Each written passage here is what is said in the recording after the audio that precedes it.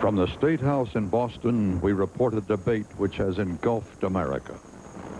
This is the story of perhaps the most cynical promotion ever perpetrated on the American people. A business in which government and politicians and titans of Wall Street are involved.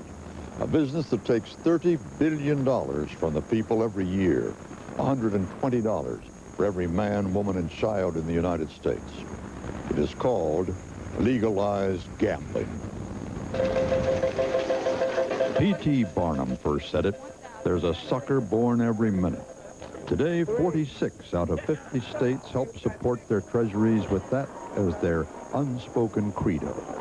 Supporters say that gambling is but another form of amusement for which more and more people are pleased to pay. All this while a nation once built on a work ethic embraces the belief that indeed it's possible to get something for nothing. In the hour ahead, the story we call The Dice Are Loaded.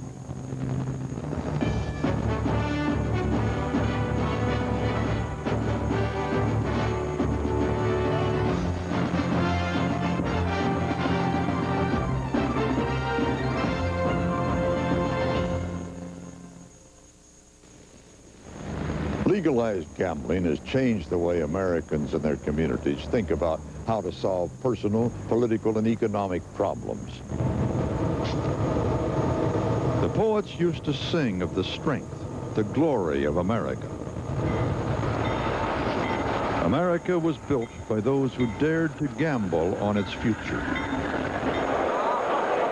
Business was created by those who dared to take the risk to back the dreamers and the builders. But today, as this great country turns toward the 21st century, one of the biggest and fastest growing businesses, with government as partner or proprietor, is simply the business of gambling itself. 70 years ago, it was illegal for anyone to bet anywhere in the United States. Now, with more demands for government subsistence, politicians have discovered that gambling is a way to raise taxes without appearing to raise taxes.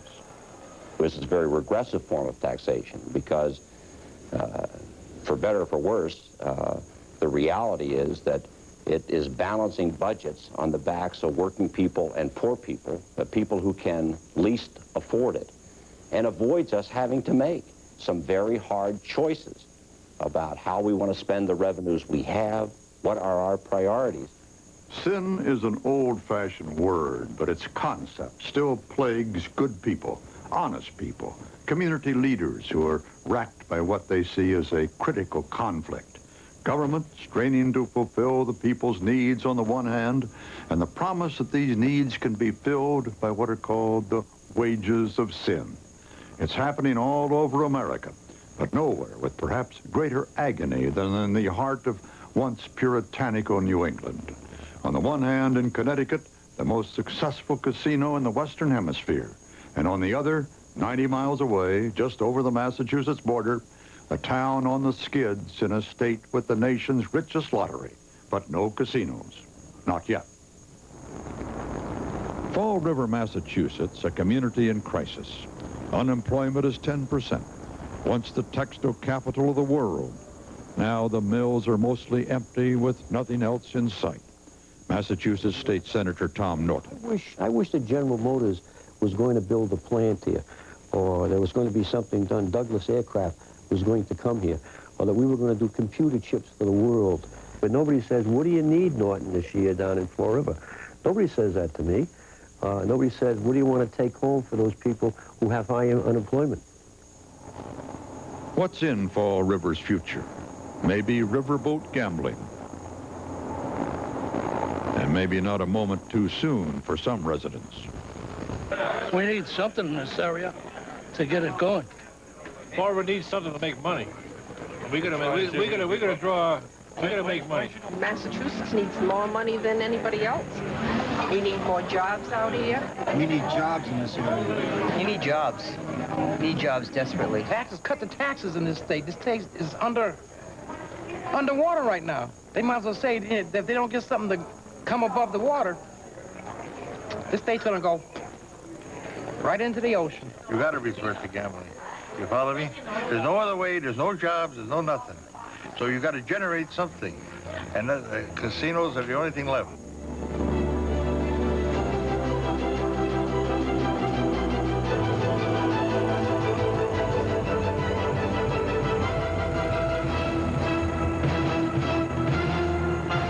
This TV commercial represents the newest phase of casino gambling.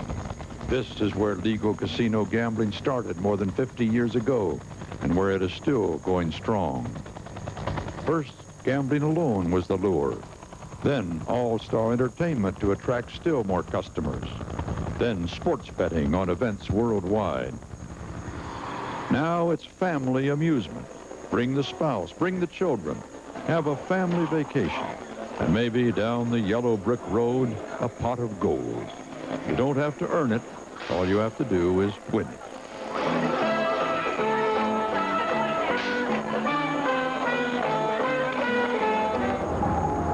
Legal gambling in the United States already grosses more than $300 billion a year, and more than $30 billion of that is profit. It's bigger than motion pictures, recorded music, books, and amusement parks all put together. And in one form or another, it's available almost everywhere. I think they have truly entered the mainstream. They are riding on the tails of family entertainment. The MGM brand is themed along the Wizard of Oz. It's a children's story. In essence, building new customers the same way Joe Camel gets kids to smoke. Culturating people to a life of gambling. Your father and mother probably thought gambling was wrong. Your children are going to think gambling is just like going to McDonald's or going to a movie or going to Disney World. It's entertainment. If you have your house repossessed, that's entertainment. Or your husband goes to jail, that's entertainment. It's not my definition. I believe that we're going to see, by the end of this decade, virtually universal gambling. In the same way that we have virtually universal alcohol in this country. I mean, there's a few dry counties out there somewhere, but I don't know where they are, and there will be a few places where you can't gamble. I don't know where they'll be. Gambling is coming soon to a neighborhood near you.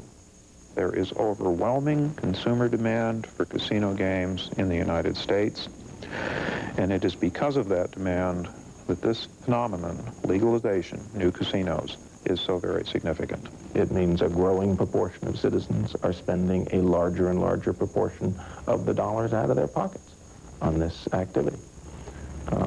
This isn't, it seems to me, what made America great. It's not just another form of entertainment. But the public hasn't grasped that, and politicians are running around now saying, this is really good for you. This will build your community. It will make it a better place. It will create jobs. Riverboat and Indian casinos have led the charge into the new gambling era, with 18 riverboats now operating up and down the Mississippi. In Mississippi, the riverboats have been a spectacular success. Tunica was the poorest county in the country when it opened its riverfront to casinos in 1992. Now, just 18 months later, the gaming tables have helped boost a $3.2 million budget to more than $11 million. And county officials say that's probably conservative. But the windfall is threatened by land-based casinos planned in Louisiana. Competition to attract these boats has become fierce. One thing about legalized gambling, experts agree that against all odds, the mobsters have been substantially removed from control of the casinos. The FBI recently reported that it no longer considered that a major problem. The casinos now are owned and operated by some of the nation's major hotel firms, Hilton and the company that owns Embassy Suites, for instance, and their stocks are traded on Wall Street. This does not mean the rackets are out of gambling. They are big in sports betting and still operate their illegal numbers games in most big cities. Some Massachusetts state officials estimate that the numbers take there is almost twice that of the legal state lottery. In other words, a whopping $3.4 billion a year. The illegal gambling networks produce a huge amount of money. I believe it's used to finance other kinds of illegal activities, from narcotics trafficking to many other kinds of problems. There's no evidence whatsoever that legalizing gambling drives out the illegal forms of gambling. In ways never before imagined, gambling has become an issue of the 90s in struggling cities like Springfield and Fall River, Massachusetts. Places in need of money are fast running out of ways to get it. We'll have that tale of two cities when we return.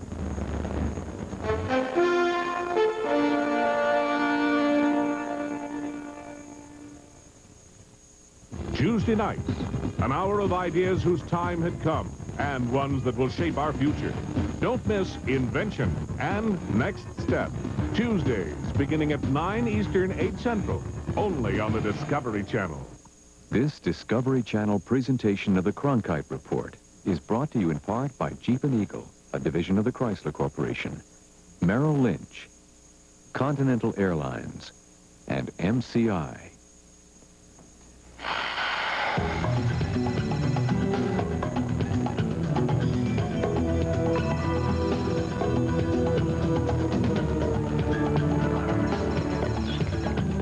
Jeep Grand Cherokee Limited.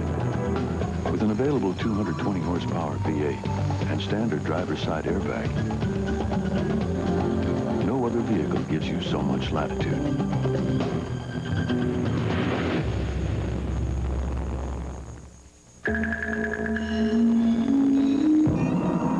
A new chapter has begun in Merrill Lynch's history in Asia.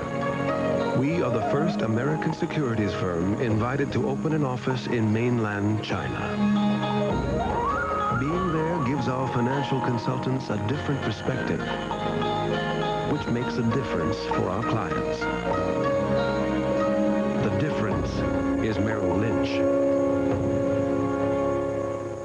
Everyone knows that Continental flies to cities all across this continent. So what's the difference? Continental flies to over 195 destinations across these continents, islands, and peninsulas. That's the difference. An international business class ticket, an international business class seat. So what's the difference? Continental's business first. For the price of business class, you can enjoy the comfort of a sleeper seat and the service of first class. That's the difference.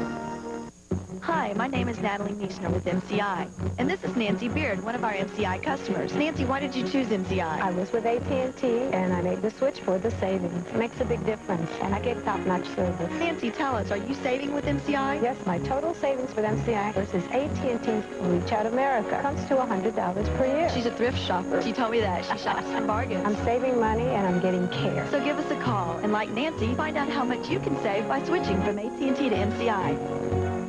They were powerful beasts of iron, fueled by fire and greed. Roger Kennedy's Rediscovering America presents Railroads, Robbers, and Rebels. Tuesday at 10 Eastern, 9 Central, only on the Discovery Channel. We can't be playing catch-up with these guys. I mean, what is it that we need? Power. Speed. Lots of memory. Multimedia. Definitely has to be easy to use.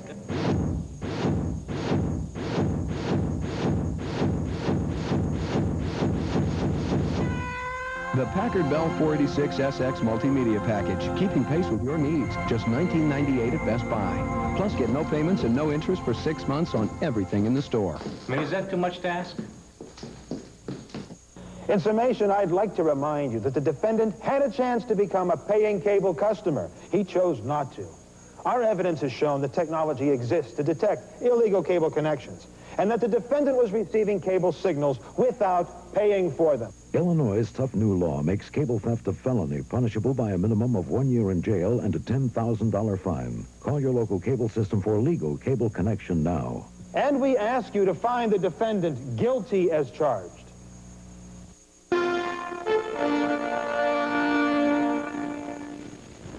30 years ago, gambling was a vice, not a virtue.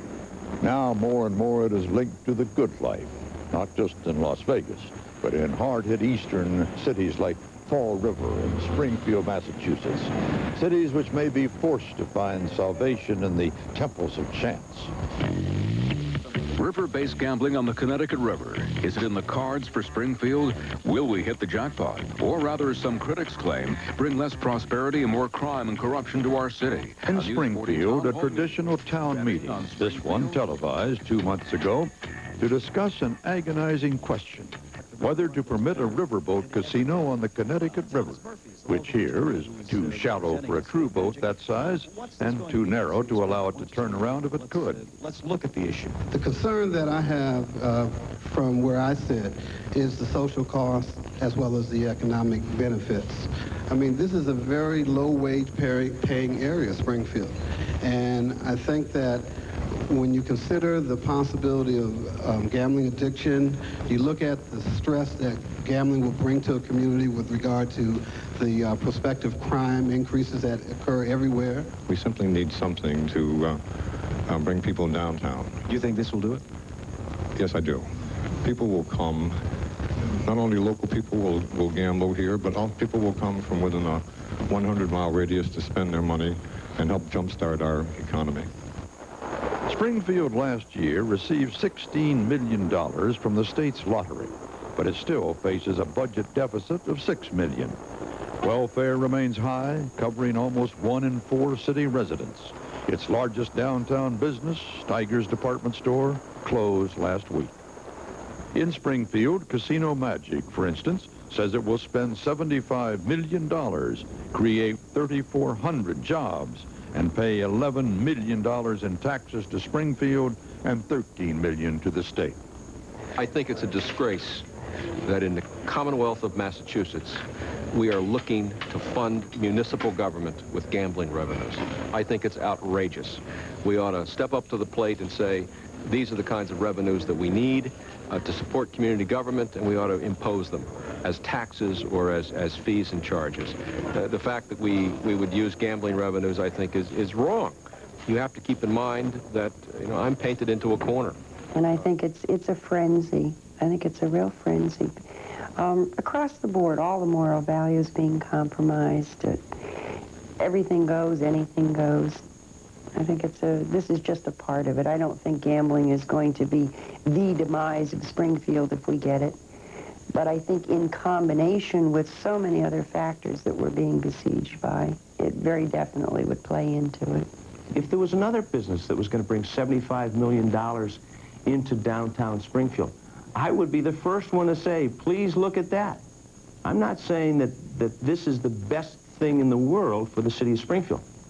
I'm telling you, it's the only thing for the city of Springfield. The question beguiling Massachusetts and some other states is that of casino gambling, whether on riverboats or huge so-called entertainment complexes. The state already has its highly successful lottery, and recently something called Keno. From a statewide point of view as a state senator, I believe it's inevitable that Massachusetts is going to have to get into casino gambling. I think casino gaming is a good way to create jobs. It's one of the better economic engines that I'm aware of, because casino games are the only good or service, if you will, I can think of that this economy does not now supply in superabundance. The United States, once again, is grossly undersupplied with respect to blackjack and slot machines. Therefore, if you legalize a labor-intensive casino, you are creating a lot of jobs. But the problem is, it's not just those jobs and those revenues that you have to look at. You have to look at what's happening to other jobs and revenues in the local community. Many of the people who work in casinos doing manual labor, they shuffle cards, they move dice, they move chips, are the children of people who used to make engines, to fit truck bodies to chassis, to manufacture equipment. And what we're seeing is a fundamental change. The difference is that their parents made something that created real wealth. All these manual laborers do today is help recycle money and focus it in the hands of a very few people who've been blessed by the state with a casino license. The lure of casino gambling has grown to the gargantuan proportions of a wonderland or an Oz somewhere over the rainbow. The dream is a reality in a little town that once just a few years ago, was a rural Connecticut backwater, a town called Ledyard. Back in 1988, Congress passed a law that state governments could not restrict sovereign Indian tribes from creating casinos if the state allowed others to gamble, even in comparatively innocent club-sponsored Las Vegas nights or churches' weekly bingo games. The tiny Mashantucket Pequot tribe in Connecticut, all 305 of them, found a Malaysian banker and built a casino. Today, just 2 years after it opened, it is the richest casino in the world. The Indians, exempted from paying taxes and much state regulation, have 234 table games, 3,100 slot machines. They are profiting $1 million a day from the slots alone. They pay the state of Connecticut $113 million each year for a slot machine monopoly. That's more than the biggest corporate taxpayer. What the citizens of neighboring Massachusetts see is a great deal of money leaving, headed toward Ledyard. One estimate is that 30% of the customers that drive into Ledyard's parking lots are from Massachusetts, which would represent a $100 million outflow from that state. We believe that Massachusetts has to act defensively and protect the tax dollars and the money which is currently going at 55 miles an hour to support Connecticut. Indeed, the Indians may be the only people truly benefiting in the short and the long run from legalized gambling. The Mashantucket Pequot tribe at Ledyard has rebuilt its community. New housing, a child care center, a police force. It has created almost 9,000 jobs in a severely depressed area. Every Indian child is guaranteed a college education with the hope that he or she will return to the reservation. The Foxwoods lesson has not been lost on other Native Americans. There are 296 gambling operations in 25 states, which are expected to generate an estimated $2 billion in profit this year. And of course, watching expectantly across the border in Massachusetts is the Wampanoag tribe, planning a $150 million casino, theme park, hotel, and golf course. Among some tribes, there have been criminal problems, embezzlement, self-dealing, skimming, but the Department of Interior says these problems are about normal for startup businesses of this size. One plan of the Wampanoags is to build their grand casino resort on what is now the municipal golf course in New Bedford, Massachusetts, another of the state's economically afflicted cities. New Bedford is Fall River's next-door neighbor. How would a floating casino in Fall River compete with a Wampanoag resort just a couple of miles down the road? Yet this very threat of competition seems to help drive the ambition of those who see salvation at the gaming tables. The window of opportunity is short. If we don't decide very soon within the next year, we will be left out. I think we have to take that step. But as gambling proliferates, so do the problems. If everybody jump-starts the economy with a spinning roulette wheel, when does the momentum blow the machine apart? As long as casinos are few and far between, presumably they can profit with other people's money. But if there are too many, too close, they begin to depend on the local citizenry to patronize the crap and 21 tables.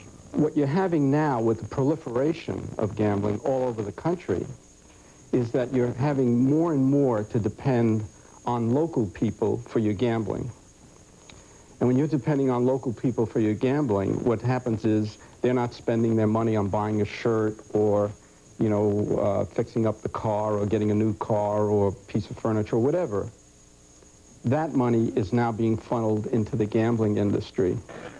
Jobs, the economy, and gambling are the subjects of the day, every day, as members of this Fall River Social Club scratch away at the cards dispensed by the handy slot machines.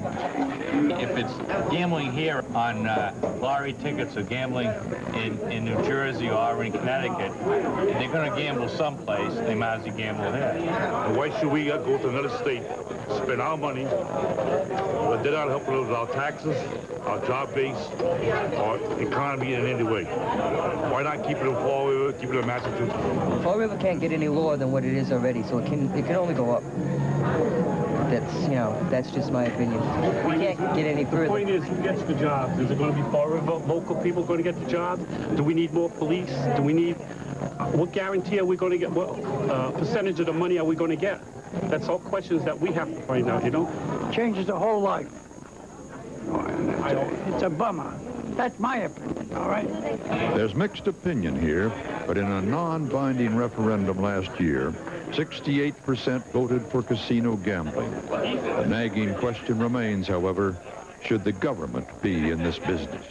It's a fool's promise, and it is. The trouble is that it's, in this day and age, it's awfully hard to advocate for more taxes. As we're coming out of a very tough recession here in the Northeast, hopefully coming out of it, it's awfully hard to advocate for taxes. You're between a rock and a hard spot. What do you do? I suspect we're going to go in that direction, partly because it's easier than raising taxes for legislators. The debate in Massachusetts and elsewhere isn't just over importing new games of chance. Serious questions are being asked about the games that already are here, games owned and operated by the state. We'll have that story in a moment.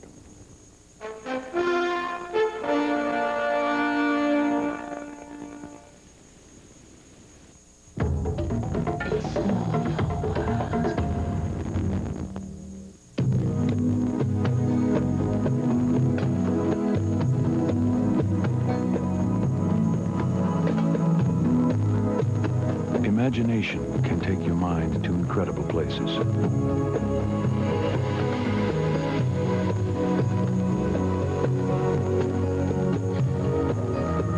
For about $18,200, Jeep Cherokee Sport will make sure the rest of you gets there too.